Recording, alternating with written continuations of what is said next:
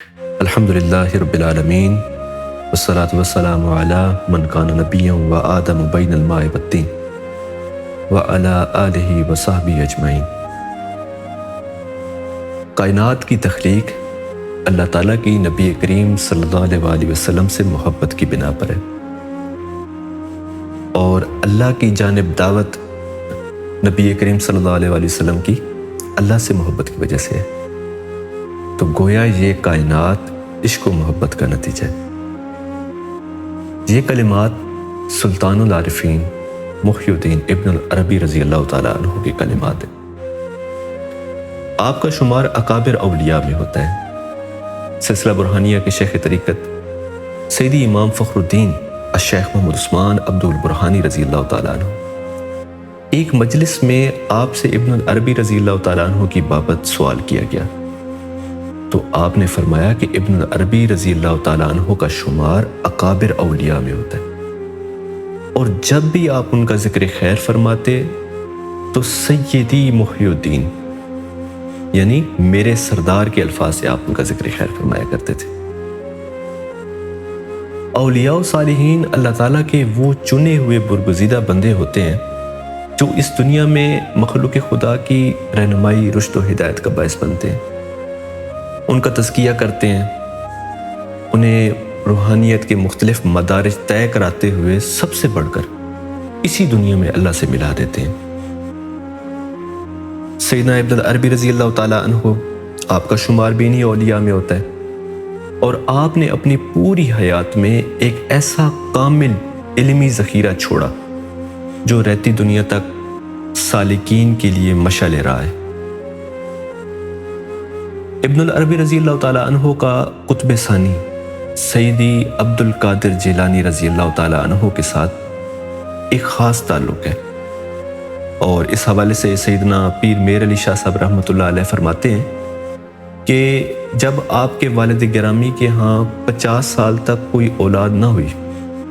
تو آپ کے والد گرامی سیدنا شیخ عبد القادر جیلانی رضی اللہ تعالیٰ عنہ کی بارگاہ میں حاضر ہوئے، اور یہ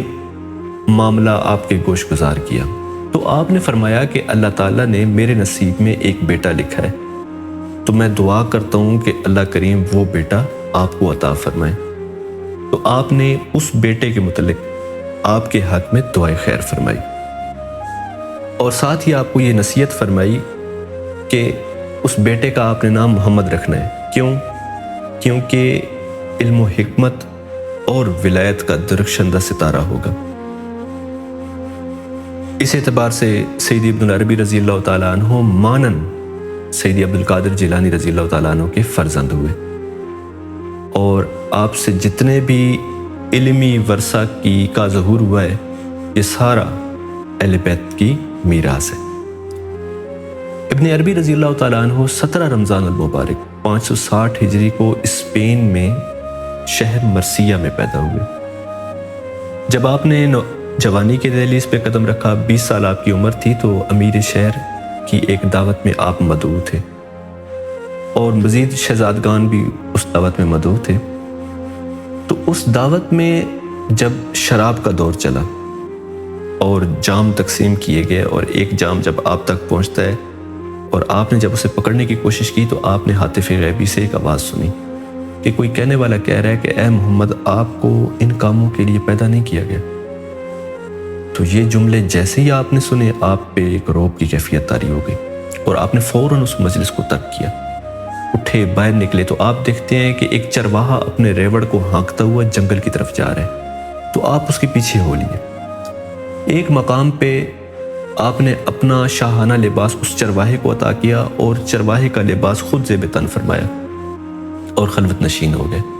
ذکر الہی میں مصروف ہو گئے، ذکر الہی کرتے رہے، جہاں تک کہ آپ کی طبع کا میلان تصوف کی طرف ہو گیا۔ آپ نے اس واقعہ، اس ماجرا کے وقوع پذیر ہونے کے بعد سب سے پہلا کام کیا کیا؟ سب سے پہلا کام جو کیا وہ ایک شیخ کامل کی تلاش کی، جس کی تربیت میں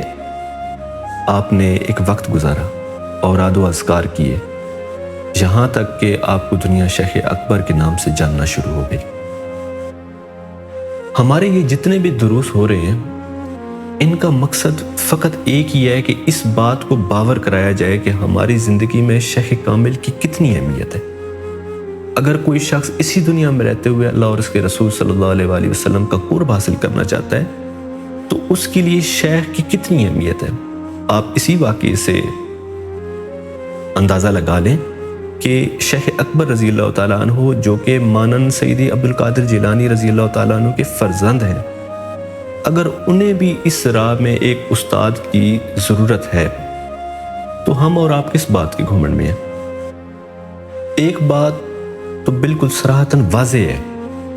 کہ شیطان نے یہ قسم اٹھائی ہوئی ہے اور اس نے دعویٰ کیے ہوئے، اس نے کہا تھا کہ یا اللہ میں تیری ساری مخلوق کو گمراہ کروں گا، فَبِعِزَّتِكَ لَأُغْوِيَنَّهُمْ أَجْمَعِينَ إِلَّا عِبَادَكَ مِنْهُمُ الْمُخْلَصِينَ، لیکن جو تیرے چنے ہوئے بندے ہوں گے ان پہ میرا کوئی اختیار نہیں ہوگا۔ تو اللہ تعالیٰ نے کیا فرمایا؟ قَالَ هَذَا صِرَاطٌ عَلَيَّ مُسْتَقِيمٌ،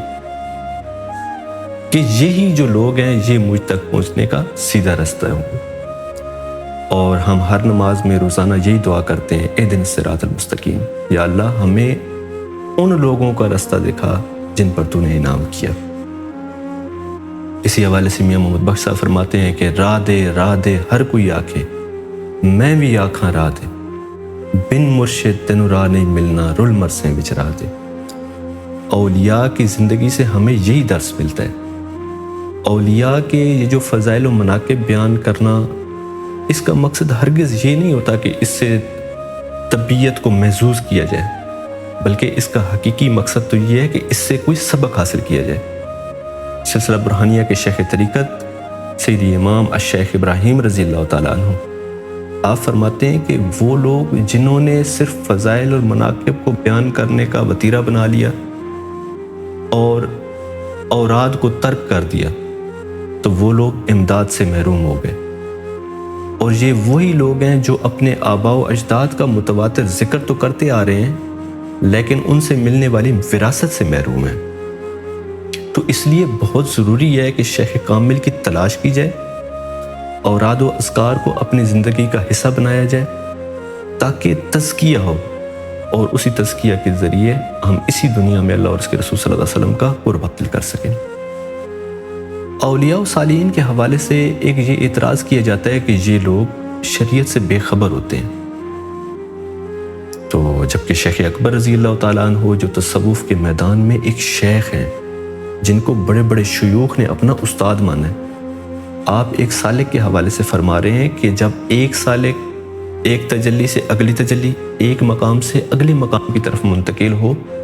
تو اس کے لیے از حد لازمی ہے کہ وہ اپنے اخلاق و تہذیب پر توجہ مرکوز رکھے، اور ایک سالک کے لیے یہ بھی بہت لازمی ہے کہ علم فقہ پڑھے، اسے سمجھے اور کما حق ہو اس سے آگاہی حاصل کرے۔ اگر ایک سالک کے لیے جو اللہ کی طرف سفر کرنے کی ابتدا کر رہے ہیں اس کے لیے شریعت سے واقفیت اتنی لازمی ہے، تو جو اس میدان میں شیوخ ہیں جو ایک مقام رکھتے ہیں وہ کیسے شریعت سے بے خبر ہو سکتے ہیں؟ سلسلہ برہانیہ کے شیخ طریقت سیدی امام الشیخ محمد رضی اللہ تعالیٰ عنہ، آپ فرماتے ہیں کہ باقاعدگی سے ذکر کرنے والے کو معرفت کے ذریعے علم عطا کیا جاتا ہے، لیکن وہ شخص شریعت کی کشتی پہ سوار ہوتا ہے، طریقت کے سمندر میں غوطہ زن ہوتا ہے، یہاں تک کہ حقیقت کو پا لیتا ہے۔ اس سے معلوم ہوا کہ اللہ کی جانب سفر کی خواہش رکھنے والے کے لیے کامل شیخ، ان کی صحبت، اوراد و اذکار یہ بہت اہمیت کے حامل ہیں، اور ان پہ عمل از حد لازمی ہے، اور اس کے ساتھ ساتھ شریعت پہ عمل پیرا ہونا بہت لازمی ہے۔ سید ابن العربی رضی اللہ تعالیٰ عنہ نے ویسے تو متعدد تصنیفات اس دنیا میں چھوڑی ہیں، لیکن ان میں فتوحات مکیہ اور فصوص الحکم یہ بہت مشہور آپ کی تصنیفات ہیں، اور فصوص الحکم کے ابتدائی مقدمہ میں آپ نے اس چیز کو لکھا ہے۔ آپ فرماتے ہیں کہ میں نے ایک سچے خوابوں میں ایک خواب دیکھا،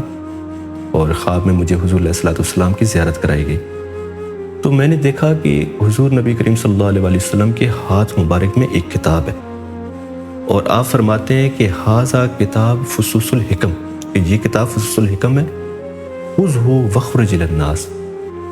اسے لیں اور لوگوں کی طرف لے جائیں، ینتفعون بہ، تاکہ لوگ اس سے نفع حاصل کر سکیں۔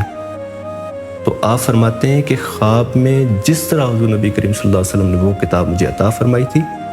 من و ان میں نے اس کو اسی طرح اس دنیا میں لکھ دیا ہے،